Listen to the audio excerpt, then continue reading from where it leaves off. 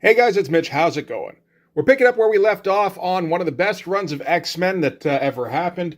This is Chris Claremont and Mark Silvestri in Uncanny X-Men number 226. So, just before we get into it, if you enjoy the channel, if you feel like you might want to help out a little bit, head over and subscribe on my Patreon. Gives you early access to everything I do, helps the channel, and helps to buy new comics. Alright, so I'm going to have to try and make this a little quick. This is actually it's not quite a double issue. It's a 1.5 times issue. There's 36 pages of story in this thing. I'm not sure why, but it's there, and I'm going to try and get through this in less than half an hour if I can. I probably cannot. So starting off, we'll do a brief recap. The X-Men are in Texas, and they're fighting Freedom Force. Wolverine's had the living shit kicked out of him. At the same time, Storm and Forge are stuck in some weird kind of alternate Earth where they seem to be the only people. I thought at first it was the Savage Land. I don't actually think that's the case now. And behind all this is some kind of game being played out between a couple of demigods and a trickster god and Roma, who's like the order overseer for this planet or reality or something like that. And I believe this is the trickster god on the cover here. And this is a pretty decent cover for early Mark Silvestri particularly. He said himself he wasn't too happy with the compositions he was coming up with at the time. This isn't bad. It's eye-catching. It is very busy, but I don't think so busy that you lose what's going on. It helps with this the color hold skeletons here, actually, under the bodies. I don't think anything like this quite happens in the issue. This is more of a sum-up kind of thing, but it's a neat effect. And, of course, this is part of the Fall of the Mutants storyline. If it is a storyline, it kind of doesn't seem like a storyline. It seems more like just kind of a general theme where everybody hates mutants. So, okay, we're going to open up here with a big old splash page. We got 36 pages of story in this book, but we're going to devote one whole one to Wolverine convalescing. I'm okay with it because this page is pretty sick, actually.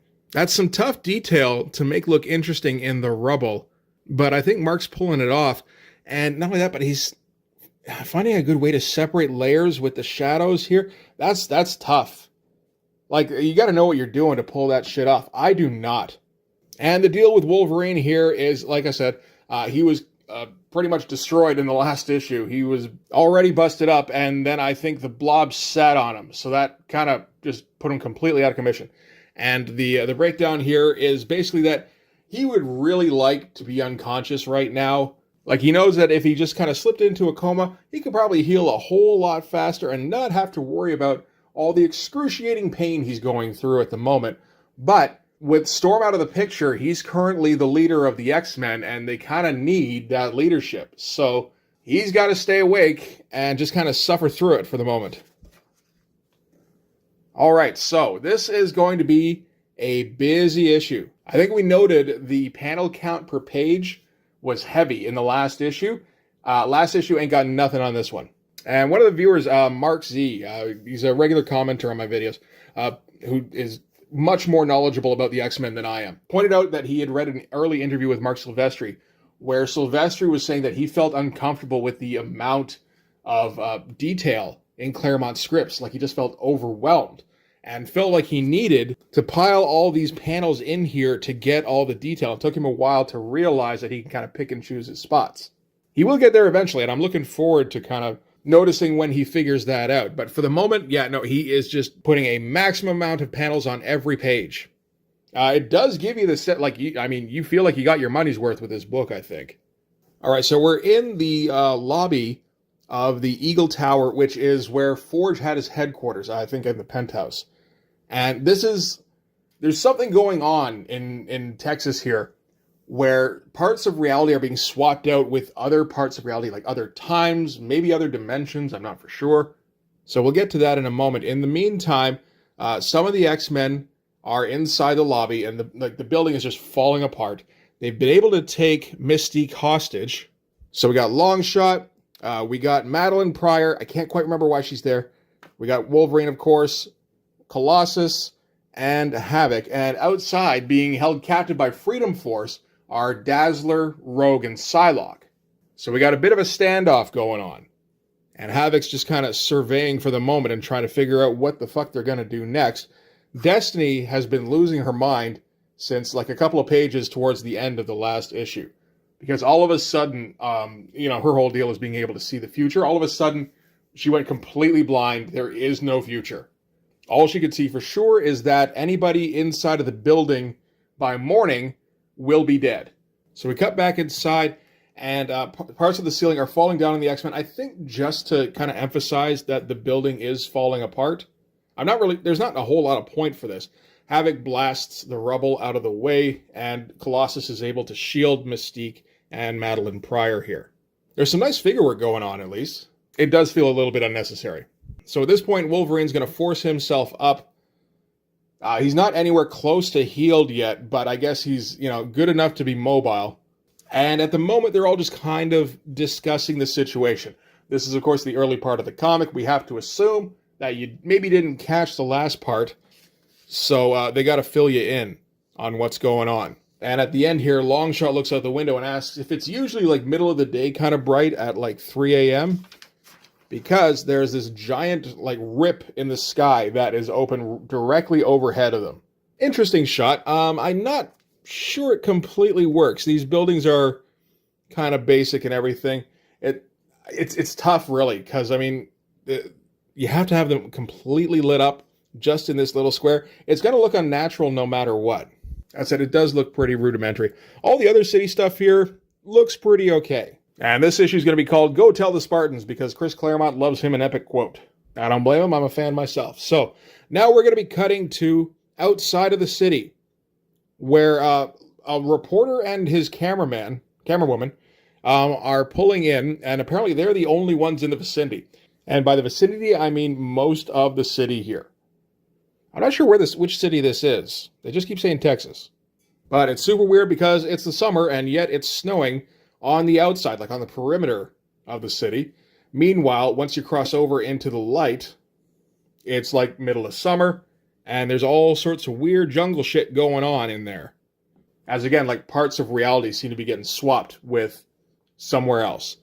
Get a weird treatment as the reporter here steps into the light area, and Silvestri actually goes with some like kind of messy cross-hatching to indicate shadow. That's something I don't think I've ever seen Silvestri try to do, and it doesn't really work because it just kind of washes out here. You're better off just doing a straight line, leaving that detail blank, and letting the colorist fill that in. I'm sure he figured that one out pretty quick. But anyway, these two reporters are going to brave the situation because, like I said, they're the only ones around, which means that they have an exclusive. Okay, meanwhile, back with the captive X-women, and by captive, really, I mean mostly unconscious. We got Psylocke and Rogue here. They're flat out just out of it. Dazzler here appears to be knocked out, but it looks like, because she got hit by Super Saber in the last issue, which should have knocked her right out, but it looks like somehow her power absorbed most of the blow. And of course, all of the X-women looking just like freaking models now because Mark's figured out what he likes to draw. So Dazzler, wakes up, doesn't really have much of a plan for, like, she's gonna have to try and get inside of Eagle Tower, and she doesn't really have a kind of power that can do that. All she can do is basically turn up to maximum brightness for a second and blind everybody, which she does. Then while they're all reeling, grabs Psylocke and tries to make her way inside. But somehow Spiral was unaffected, and she picks up Destiny's mask, because Destiny stripped it off when she lost track of what was going on in the future, and slams it on Dazzler's head, and then kind of nails it there with, it's not like a real knife, it's more like a psychic knife or something. So it doesn't actually injure her. It's a spell, because that's what Spiral does. She does weird kind of techno magic. So yeah, it doesn't hurt Dazzler, but now she has this mask stuck on her head that doesn't have any way to see because, Destiny was blind anyway. She didn't need that. And so she's completely blind. She can't really use her power without knowing who's around her, who she might blind, who she might hit. And Psylocke kind of loses it on her. The thing is, at this point, Psylocke doesn't really have any kind of offensive weapons. She's telepathic, but she doesn't seem to be able to affect Spiral very much. And Spiral just kind of grabs her and decides that she's more trouble than she's worth. Probably better off if she just kind of takes her head off. Great shot of the face here. Again, Mark Silvestri, right around this time, has really figured out how to draw women's faces. He's still got some room to grow, and he will, but he's still kind of a high watermark for, like if you want to draw beautiful women, like it's tough to beat like some early 90s Marc Silvestri. All right, so as Spiral is moving to behead Psylocke, and we should just take a second to mention just how many cool X-Men villains there are. I feel like Spiral is one of the better ones. Having missed like the last 30 years of X-Men comics, I kind of hope she got a bit more love because she's kind of awesome. But anyway, Rogue zooms in here, snatches up Spiral, and takes her way the fuck up. Kind of drops Psylocke on her head here, but that was the breaks. And just when she's winding up for a big punch, Spiral teleports out. Great movement on the pose here. And teleports in right behind her and kind of gets her in the full Nelson or two half Nelsons, which is basically the same. When you have 6 arms, you can potentially get someone in a triple Nelson, but then you wouldn't be able to stab. So she doesn't go for that one. And again, she's got an X-Men at her mercy, and she gets distracted at the last second by, not this. I feel like this could have been in a better spot, but okay. We cut to wherever Storm and Forge are. So yeah, like I said, I thought this was the Savage Land. I thought I'd read that, but doesn't appear to be. It appears to be kind of a pocket dimension, sort of a reflection of the actual landscape of our world, only completely devoid of any humanity. And we're still in the phase where Storm doesn't have her powers because Forge shot her with something that basically stripped them away. And I do have to hit those life-death issues eventually, don't I? To kind of go through everything Storm went through in that. That was like 2 full years before this issue. So Storm is actually kind of reveling in this natural world because she's been, stuck in cities ever since she, left Africa.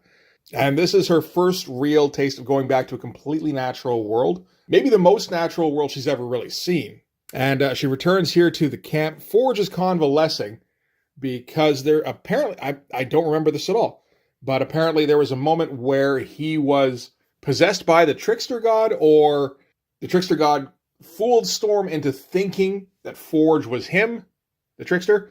So she ended up stabbing Forge, and he survived, but he's still very weak and recovering. And they're going back and forth about whether or not they're going to try and get back. I mean, obviously, they want to try and get back to the real world, to get back to their friends, help out the X-Men, all that kind of stuff. But at the same time, this world here is they're the only people. It's a completely natural world, which obviously very much appeals to Storm. And Forge has Storm all to himself. And it seems like stabbing him kind of gave Forge a bit of an out for taking away her powers. Kind of even, I guess. And there's some really nice shots in here. Again, Marc Silvestri's not giving himself a ton of room. Like, you got 8 panels on this page here, but we still get like stuff like this cave here with Storm silhouetted, and the outside of the cave silhouetted, but the inside lit up. That looks great. All this stuff here with remember the old days of King Conan when Marc Silvestri couldn't draw a background? That was a while ago. He's figured it out since then. And just, some of these faces here just look so fucking good. Like this shot of Forge here looks incredible. There's some really subtle shadowing going on here. That looks fantastic. And we're back in, it's Dallas, everybody. Okay, so now we know.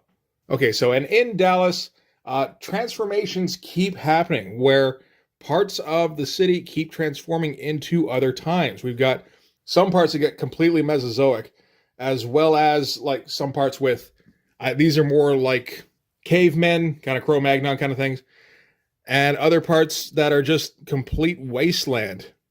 Again, some nice stuff. There's not really any skimping going on in here. And for really, it's just kind of a scene-setting page. That's kind of crazy. And we get an ad for the Marvel Tryout. This must have been a reprint, because I think this was originally released in 1985. I do recall seeing this in my kindergarten class. It would have come out that year. But yeah, this is the contest that Mark Bagley won the first time around. So they're throwing that out again to see if they can get another Mark Bagley. I don't remember hearing about another one. That's such a neat book, though. I'd love to get my hands on one of those eventually. Okay, so inside Eagle Tower, Wolverine is still kind of convalescing. Mystique is still a prisoner. Wolverine takes care of that because the way that the landscape is changing outside, they can't keep doing this at each other's throats thing. So they're going to have to start working together to get through it. So they call a truce for now, shake hands, all that. Mystique's like, you have any ideas? Wolverine's like, nope. And he says, but there are a whole bunch of people in this town that need some help. It was just kind of the first time we're hearing about that, actually. And meanwhile, Colossus is thinking to himself back to the talk he had with Roma in the last issue, where she told him that he was going to have a choice that everything was going to rest on. So we've got that coming up. We might not be covering a ton of ground in terms of plot, but man, there's a lot of talking going on. And it doesn't feel like just talking to fill space. There's no time for that. We are catching up on the last issue and everything that's been going on previously. But for the most part, this has felt very full. And we're still only on page 12. So we're going to cut back to that news team, which is weird. I mean, this already has 2 storylines in it. This is a strange thing to focus on for an extra storyline. But I guess it does give them a human element, and it is going to kind of play into the story a little bit. So they discover this crashed van here that actually looks more high-tech to them than they recognize. So I guess it could potentially be from the future with all of the different time zones kind of teleporting in. So they take a look inside. The camerawoman finds a revolver here, and they take a look at the tech and realize that it's pretty easy to operate, and they might be able to broadcast to, like, everybody. So that's their role in this. And while they're talking it over, they do get approached by kind of a Savage Land-esque caveman. So, more of a mutant kind of guy. And smashes up the van. The camerawoman empties the revolver into him. And they are careful to keep track of the number of shots here, which is nice. And it gives the camerawoman the opportunity to opine about how much she hates muties. Again, in theme, and does kind of have a bearing on the story a little bit, I guess. Great movement again. Mark Silvestri doing some dynamic figure work, just always a good time. All right, so we're going to cut to a different part of Dallas here. This looks like it's inside of a mall of some kind, where a Tyrannosaurus is going nuts because he all of a sudden appeared inside of a mall, and he doesn't know what to do with that. It's kind of pissing him off. So just attacking some kind of passersby. Longshot swings in to rescue them, but he's only able to really get them higher until Pyro comes in to save the day. And kind of interesting. It's always interesting seeing pre-Jurassic Park era Tyrannosauruses. There wasn't much of a real reference before that, So yeah, Pyro steps in and completely fries the Tyrannosaurus, like gets rid of any kind of meat on him. And it's one of these weird moments that we're going to get going forward where Freedom Force and the X-Men are working together to deal with the threat, which I gotta say, I kind of dig. I'm used to just kind of wishing we didn't have Freedom Force in the comic, because like the characters tend to be kind of lame, but when they're actually helping out, it's fun stuff. Okay, meanwhile, at another part of the city, a bunch of like barbarians are attacking what look like a couple of police cruisers, and they just kind of swarm them. That's a great shot with them all leaping all over the place. The Rangers here, they do say they're Rangers, are doing their best to hold them off, but can't quite do it. And then Super Saber rushes in and sends everybody flying. And then there's Wolverine, looking cool as fuck. And they probably don't understand what he's saying, but the intention is probably pretty clear. Again, looking cool as fuck. I feel like that's one of the first really cool shots of Wolverine I've seen in a while. And I'm just kind of noticing just how many sound effects there are all over the fucking place in here. It's kind of great. It really becomes like part of the landscape. And so Wolverine's taking it to the barbarians and just kind of tearing through them. And the news people are filming this. And this is some great stuff. You don't usually get to see extended footage of the X-Men at this time, I would imagine. And the camerawoman is still finding time to criticize the X-Men, saying, yeah, their whole deal is they beat up on supervillains. Who's there to protect us against the superheroes if they decide to turn on us? And the reporter guy is just like, yeah, that's a fine question to ask when he's the one bleeding. And he seems to be the pro-mutant side of the argument on this. And it hasn't been clear up until now, but it will be eventually. This is the Claremont stand-in. Mark Silvestri does draw him to look like Claremont very shortly. And just before we get off the page, just want to say, that's a great fucking head. Largely in shadow, but the stuff you can see, that's excellent. All right, so cutting back to Storm and Forge, where they're investigating a different part of the landscape here that reflects back to the Earth. Like they would recognize it, if they were back here. And they're kind of going over kind of the rules of what's going on with the adversary, the trickster god, and just kind of going over his point of view in this. That he sees humanity as just toys to play with and to kind of just, smash in if he feels like it. And the hair seems to be getting a little bit out of control here. Mark Silvestri doesn't mind drawing Storm with some gigantic fucking hair and a gigantic forehead to match. I guess this is still in the wake of Mohawk Storm. So yeah, she's got the whole side of her head shaved there. So that makes sense. But I just every once in a while notice like, man, she got a goddamn huge forehead. All right, so back in Eagle Plaza, the X-Men and Freedom Force are working together to try and set up like a convalescent area. Sort of like a MASH unit. And in the meantime, Mystique is giving an interview for that reporter pair. So maybe the dude is the cameraman. I guess he is. It didn't seem like it at the beginning. But yeah, the woman here is, she's trying to flip this about how the X-Men are villains and everything. Or at the very least criminals, like outlaws. And Havoc kind of snaps, says how much they've been risking their necks. And, they've saved the world several times. And we do exactly the same kind of stuff they do. So, like, maybe get off our backs for a minute. And yeah, there's that shot of cameraman looking like Chris Claremont. All right, we're getting there. I think we're over halfway. So we've got Psylocke and Spiral trying to get the mask off of Dazzler because, they've got a truce going on now. And Colossus just kind of oversees. And for some reason, Spiral can't reverse her magic. Maybe something to do with all the weird shit that's going on in town. But the mask and, the whatever the deal with the sword is, are still stuck in her face. And she's not sure what's going on. And at that moment, Colossus has just had enough, grabs her by the throat and lifts her up. That's great stuff. And she's able to convince him that, no, I really don't know what's going on. I should be able to take this thing out. But for some reason, it's not working. And she convinced him, so lets her go. But with the warning that if you threaten another X-Man, then we're going. And she teleports out again.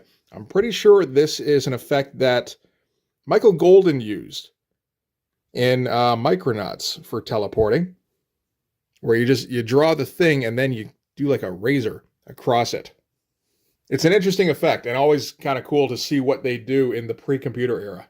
And so we're cutting back to Storm here again. This is in the Africa of the Other Earth. And Storm is kind of going back. She's, trying to sort of reach out to nature and realizing that there isn't sort of a goddess that she can reach out to here, which she's always had back on Earth. So kind of describes the land as not having a soul and maybe wondering if she is supposed to be that goddess in this reality. Cool shot to end on with her silhouetted against the moon here. That's nice stuff. All right, so back in Dallas, we've got the Crimson Commando, and I think Stonewall is his name, and they're trying to herd more people into the center of town, to where Eagle Center is, so that they can establish a base that they're working from.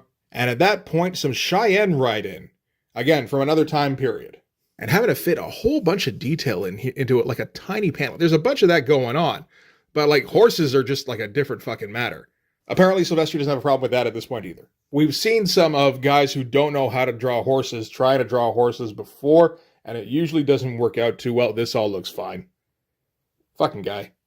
Anyway, even though they recognize this as, this is definitely a Cheyenne war party, the chief here doesn't really want anything to do with a fight. He understands the nature of the situation and speaks the language, helpfully. So he's like, yeah, no, we're working together. We're going to help you guys out. And he's the one who points out that there is some sort of resolution available at the peak of Eagle Center. He doesn't really get to describe what it is, though, because at that moment, some good old boy decides, if there's Indians around, you got to cut them down. And yeah, cuts down the chief, and then him and his buddies shoot down the rest of the war party here. He doesn't really have a good reason for doing this other than they appear to be losing whatever this deal is. So he just wants to get a bit of offense in, which is dumb reasoning, but not entirely unlikely. It's just a little like, oh man, are we going there in this? Well, it's like, well, it is kind of in theme with Follow the Mutants. Crazy shot with The Cheyenne getting cut down here, and they're just flying all over the place, and yet not crossing over each other, like keeping them separate. That's some good stuff. All right, so now we're back with Storm, back in Alter Earth, and she's going to Forge's solar-powered headquarters. So you get the impression that they've been here for a while. I'm not sure how long they've been here before the last issue, but Storm says that it's been a year. I don't know if there's any kind of time dilation going on. There might be, there might not. It might just be a matter of I cut in a bit too late. And they're just meeting up now, and this is really kind of to establish that Forge and Storm are completely good, and they're basically a couple at this point. Again, nice shot here with the horse coming in and silhouetting the head against the mostly light background. Silhouetting a lot of Storm as well. Doesn't really make a lot of sense with the shadows, except as a composition to separate them from the background. It's again, very skilled. This is impressive shit. Silvestri's pulling out all sorts of tricks here that I don't know how recently he discovered. But like I can kind of see how this caught on. Now, once he figures out the pacing thing, that's going to be a whole other matter entirely. All right, back in Dallas, where those good old boys are again. They're trying to fend off the barbarians this time. And again, for a relatively small panel, there's a shit ton going on in there. You got Rogue smashing through here. I can see Longshot. There's bodies flying all over the place. A bunch of guys rushing in. There's depth of field with these guys in front. And again, interesting choice to color these guys in dark when they're the ones in the foreground. But the focus is Rogue, because she's the one who's doing all the talking in this panel. And back inside, Spiral is having to deal with injuries. So this is turning into an attrition situation because they're under constant siege. And they ask the cameraman, the Chris Claremont looking guy, whether he's heard anything from outside of the city. Because there are other superheroes that could be helping out right now, but apparently there's other shit going down that's keeping them busy. And we get a call back to the title as Wolverine says, "We're the ancient Spartans at Thermopylae," and trying to hold off the incoming hordes so that our allies can deal with their loose ends and then deal with the threat once they've wrapped everything up. So this is starting to sound more and more like an Alamo situation. And we cut to Colossus trying to comfort Destiny, who still can't really see much of a future. There's starting to seem like there's some sort of possibility that she wasn't able to see until now, but only for the rest of them. For the X-Men, she sees nothing going forward. Again, last stand kind of stuff. And everything seems to be pointing to the X-Men having to deal with the problem inside Eagle Center at the top of the tower. And while they're realizing that, the rip over the city opens up wider. And all of the crazy time-changing shit just kind of speeds up. So we can see the rip widening up here. We can see, again, dinosaurs, castles, and clipper ships. And Colossus re-enters the lobby here. So he's the one with the plan that he's mostly gotten from Destiny about what they're going to have to do. And there's no time to explain the whole thing. So Psylocke just reads his mind. And among this just history of being under constant assault from all these other supervillains and aliens and demons, whatever the fuck else, she keeps flashing back on this woman here, which is Roma. And she seems to recognize her. She knows that she's the guardian of the Omniverse, which is more than we kind of knew up until this point, I think. Unless you were reading Excalibur. I was not. So after the scan, she's able to relay what the plan is. So they have to try and figure out what's going on in the tower at the top there, in the Eyrie. Wolverine tells Rogue to get up there. Mystique tells Spiral to get up there first. And as Rogue flies up, Spiral's already at the top of the tower, and she gets booted out in a fireball. And Rogue has to try and catch her and cushion her fall a little bit. I do think it's a little funny that once Mark Silvestri took over, Rogue's costume basically became a bikini and halter top, but that's okay. With, like the black body stocking underneath. So they're plummeting towards the earth here. That's Rogue and Spiral. They're going too fast for, Rogue will probably be fine, but Spiral, not so much. But then Blob gets underneath to catch them because they're all working together now, which is like one of the few times Blob has ever seemed interesting, at least up until this point. I think he gets a lot more screen time in X-Men these days. I don't even want to look into it. So they're going to have to head up to the Eyrie and disable whatever traps are up there so that they can do whatever they need to do to reverse all this shit. They don't even really have a plan at this point. They're just kind of hoping. And Havoc points out, yeah, we can't take the stairs to the top because the stairs are jungle now. So the only way that they can actually get up there now is to blast their way through each floor and ascend that way. And we cut back again to Storm and Forge. Been a lot of time spent on this. And not a ton really advancing, just like, again, a lot of discussion about the situation and about, where Forge and Storm are and what they're going to have to do going forward. They have that choice to make. Are they sticking around here to preserve this world, which is pristine, or are they going back to try and save that one, which they might fail, and regardless, if they go back, they might be dooming this world because it was created specifically for them. So does it completely blank out once they leave? It might. But of course, they're going to have to try and go back. But before they do that, they've got to try and restore Storm's powers to her. And the place they have to do that is at Forge's new eyrie, which is at the top of this mountain here. And back to Dallas again, where, again, parts of the lobby are turning into Vietnam in this case. And they get jumped by some straight-up Viet Cong. Dazzler's able to kind of put a stop to him for a second. Again, she can't really aim with that mask on her face. She's just kind of got to shoot towards the sound. And then that good old boy from earlier is able to put the guy down. And says how he's not a fan of Viet Cong either, nor muties. Wolverine doesn't have much to say to that. And in fact, notices that there's something weird about this guy. Like he doesn't smell right. But doesn't have time to think about it. And just with everything that's going on, nothing feels right anyway. So I'm probably just imagining things. All right, so when they get back to the group here, Psylocke is able to recognize Roma's thought patterns. So she's able to confirm that Roma is in this reality, and she is actually able to track her, which Wolverine decides is a pretty obvious trap. But they don't really have another option other than to walk into the very obvious trap. So the X-Men are going to head up. Mystique said, "We're coming with you." Wolverine says, "No, you're not." And it's not a trust thing. It's that if it is a trap and if they all get caught in it, then we need to leave somebody behind to protect the civilians. And out of the two of us, you're the guys who are feds, we're the guys who are outlaws. You got credibility, we don't. And as outlaws, we're expendable. If the worst happens, humanity might not take it too hard. And all of this is getting caught on camera here, which is changing the mind of the reporter. Because, they're going up to sacrifice themselves. And it's interesting because it's not a big inspirational speech. There is the sacrificial element of it. They're putting themselves in harm's way for other people. But it's more about practicality than anything, which I got to say I kind of appreciate. All right, so back at Forge's eyrie, Forge explains what exactly happened when he removes Storm's powers. It wasn't that they were wiped out. It was that his device erased the RNA genetic codes that enabled her to access them. So she still has her powers. She just can't do anything with them right now. And what they're going to do at the top of the mountain here is try to get her powers back. And that's kind of this page summed up, really. Let's move on. This is taking too long as it is. Man, this issue's packed. All right, so they're about to head up. Wolverine does one last thing where it's okay, this is a volunteer thing. Anybody wants to back out? No shame. Obviously, they all are no, nobody's backing out. We're all going up.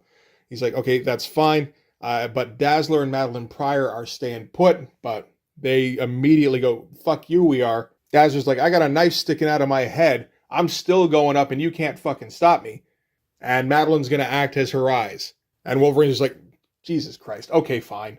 And Rogue says a quick goodbye to Mystique. And they don't verbally say that, Mystique is kind of Rogue's mom. And Rogue's probably going off to get herself killed. But it is brought up here in the thought balloons. And as they leave, Wolverine just says, "We might be back, we might not. But either way, just remember us." And we get our sad walking away panel with the Whilce Portacio white background. No panel border. Good stuff. Way to end. That's how you end a page. All right, back to Storm and Forge. We're running out of pages in this thing. They're only going to let us have so many pages without a bunch of ads. So we gotta wrap this up now. Forge explains his machine here, which is essentially a power restoring gun. Says this might not work, and it's our only shot, so obviously it's going to work. Are you absolutely sure? Of course, she's absolutely sure. And, they do kind of a smooch for luck. And he takes a shot at her, and she raises her arms to call her powers back. And nothing happens. Get a nice lonely shot of the mountain here with no action. Forge says the genetic codes have been reestablished, the potential has been restored, but you still have to actualize it. So basically, you just need to want it more than anything you've ever wanted in your life. And they go for another smooch, and at that point, lightning strikes, and she's able to command it. And that kind of kickstarts everything. She takes off again. She's able to fly once more. And with the lightning, she's able to power the gateway that Forge has constructed. So she zaps the thing, and they scour-boom back to the real world. And then one more page in Dallas. We're finally at the end of the issue. The wind starts picking up, starts getting to gale forces, and that good old boy is back. And he goes, well, will wonders never cease? And it turns out that is the trickster, which at least gives some sort of reason for that guy to have gone nuts earlier in the issue. Recognizes Storm and Forge as worthy opponents after all. And basically just, I'll meet you guys at the top of the tower. Let's do this. And that's it for Uncanny X-Men number 226. That's a hell of an issue. It feels like we went miles through Forge and Storm's relationship to the point where she was able to trust him to, basically fix everything. And, give her powers back and get them home. And in the meantime, the X-Men fought a fucking war in Dallas. So yeah, I'm looking forward to seeing how this wraps up. But yeah, considering that we're probably somewhere near the 40-minute mark now, I think that's a good time to wrap it up. So that's going to do it for this one. Thanks very much for watching. If you like this video, please hit like, hit subscribe, hit the notifications so you know when the next one's coming out. Go over and subscribe on my Patreon. That'll give you access to everything I do, from the Blood Force stuff to the YouTube videos before they get uploaded to YouTube, as well as some Patreon exclusive content. You can also follow me on Instagram and DM me there for commissions, and you can join the Blood Force Discord server. I think I'm starting to see why this book became so fucking popular. Well, not exactly became. It wasn't exactly slouching when John Byrne and Paul Smith were doing it. But why it retained its popularity. It's becoming a bit more evident to me. So, yeah, that's going to do it. Thanks again for watching. I'll see you guys in the next one. Bye-bye.